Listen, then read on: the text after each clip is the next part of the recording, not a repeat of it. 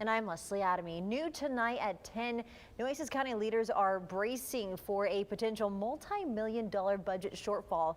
It's something that could lead to cuts in staff and public services. County leaders are expected to tackle the issue next week in special meetings and during commissioners' court. But let me tell you, it's enough that the county's tax assessor-collector is in Austin right now seeking help from lawmakers. Our Bill Churchwell is here tonight to break it all down. Bill? And while county leaders won't know the extent of the damage until the end of the month, the big question is, how did we get here? The projected shortfall centers around the appraisal dispute between the two major refineries and the appraisal district.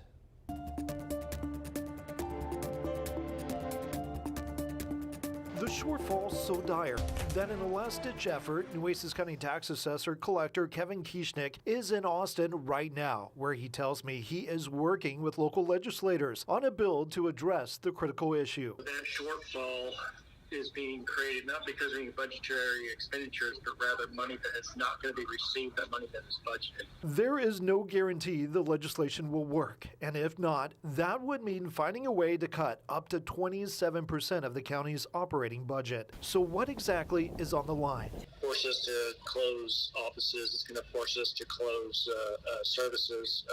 Pretty much anything that is non-constitutionally required. Commissioner Brent Chesney says the situation is a real anomaly. My 15th or 16th budget between my term on the city council and my time as a county commissioner, and I've never seen anything like this. Chesney says the refinery's appraisal values $5 billion jumps are to blame. The appraisals have jumped so much from the $1 billion value for Valero and Flint Hills to $6 billion.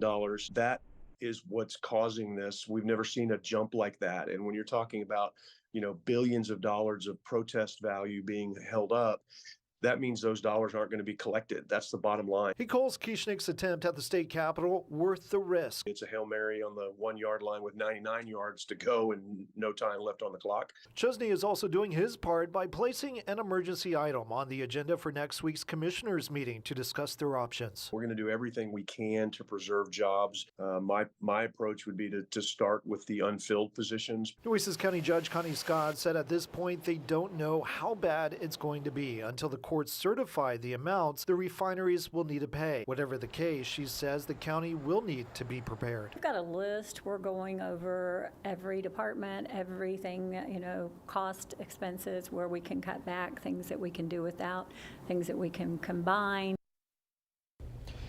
And she plans to meet with county department heads and elected officials next week to brainstorm cuts.